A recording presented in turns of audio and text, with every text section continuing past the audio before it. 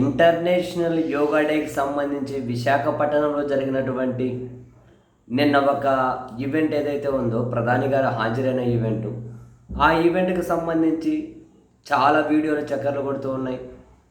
చిన్నపిల్లలను తీసుకొని వచ్చి సౌకర్యాలు లేకుండా అందరినీ ఒకే చోట గుమిగూడేటట్లు చేసి వాళ్ళ భద్రతే ప్రమాదంలో పెట్టే విధంగా చేశారు అని, మానవ హక్కుల కమిషన్ కూడా ఇన్వాల్వ్ అవ్వాలి అని చెప్పి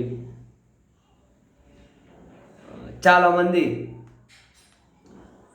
ఆ వీడియోలు కానీ షేర్ చేస్తూ ఉన్నారు. మానవ హక్కుల ఉల్లంఘన జరిగింది అని, చిన్నపిల్లల్ని తీసుకొని వచ్చి కూర్చోబెట్టారు, ఎక్కువ మందిని వేశారు అని చాలామంది ఈ విధంగా పిల్లలను చూడండి. సరే ఏంటి ఇంత దారుణంగా ఎంతమందిని చూడండి. ఈ వీడియోలన్నీ కూడా ఫుల్ చక్కర్లు కొడుతూ ఉన్నాయి. చిన్నపిల్లల్ని తీసుకొని వచ్చి ఇబ్బంది, ఇంతమందిని కూర్చోబెట్టారు. నిజంగా ఏ మాట కామాట కానీ చాలామంది ఉన్నారు. అంటే ఈ వీడియోలో ఫుల్ చక్కర్లు కొడుతూ ఉన్నాయి. చిన్నపిల్లలందరినీ తీసుకొని వచ్చినవి. అండ్ అదే సమయంలోనే సర్కార్ అయితే మరికొన్ని విమర్శలు కూడా ఎదుర్కొంటూ ఉంది. సరే ఆ మ్యాట్లు గీట్లు ఎత్తుకెళ్తే ఎవరు చేసేదే అంటే అంటే మ్యాట్లన్నీ కొంచెంపోతూ ఉన్నారు కదా, ఏం చేసింది ఇట్లాంటి వీడియోస్ ఉన్నాయి కదా. మన వాళ్ళ తెలివితేటలు మామూలుగా ఉండవు కదా.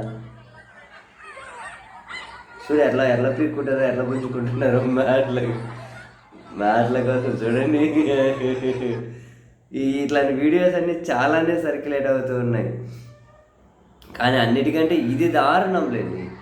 పిల్లల్ని చూడండి ఎంతమందిని దానికోసం అని చెప్పి అట్లా అంతమందిని పెట్టేసి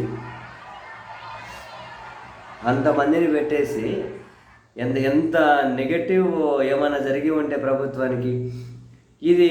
దీంతో పాటు ఇంకా నిన్న కొన్ని వీడియోస్ అయితే ఫుల్ సర్క్యులేట్ అవుతూ ఉన్నాయి. మరికొందరు మేమ్స్ తయారు చేసి పెడుతున్నారు. అదే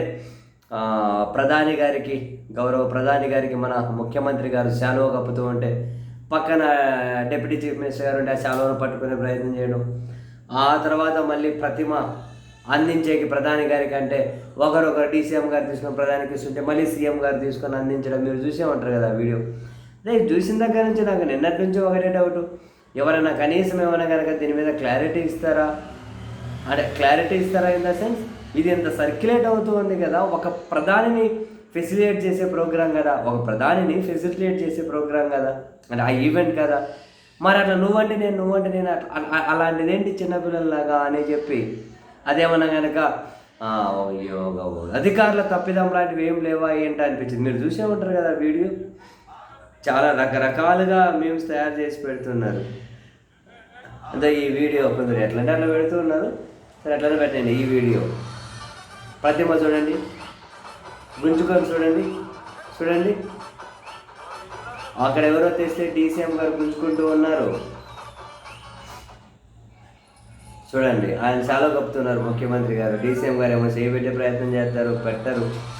చూడండి టక్కని గుంజుకుంటున్నారు డీసీఎం గారు ఆ ప్రతిమ. చూడండి మళ్ళీ సీఎం గారు దాన్ని గుంజుకొని ఇచ్చి, అంటే ఇది ఒక ప్రైమ్ మినిస్టర్ గారిని ఎవరు ఫెసిలిటేట్ చేయాలి, ఎవరు శాలువ కప్పాలి, ఎవరు ఒక ప్రతిమ ఇవ్వాలి అనే దానికి ఏదో ఒక ప్రొసీజర్ ఏమి ఉండదా, లేకుండా ఉండదా అంత పెద్ద ప్రోగ్రాం. మరి ఎవరు ఇవ్వాలి జనరల్గా ఆ నిర్ణయం జరిగి ఉండదా? ప్రధాని గారికి గౌరవ ముఖ్యమంత్రి గారు శాలువ కప్పాలి, ప్రధాని గారికి గౌరవ ముఖ్యమంత్రి గారు ప్రతిమ ఇవ్వాలి, లేదు ప్రధాని గారికి డీసీఎం ఇవ్వాలి.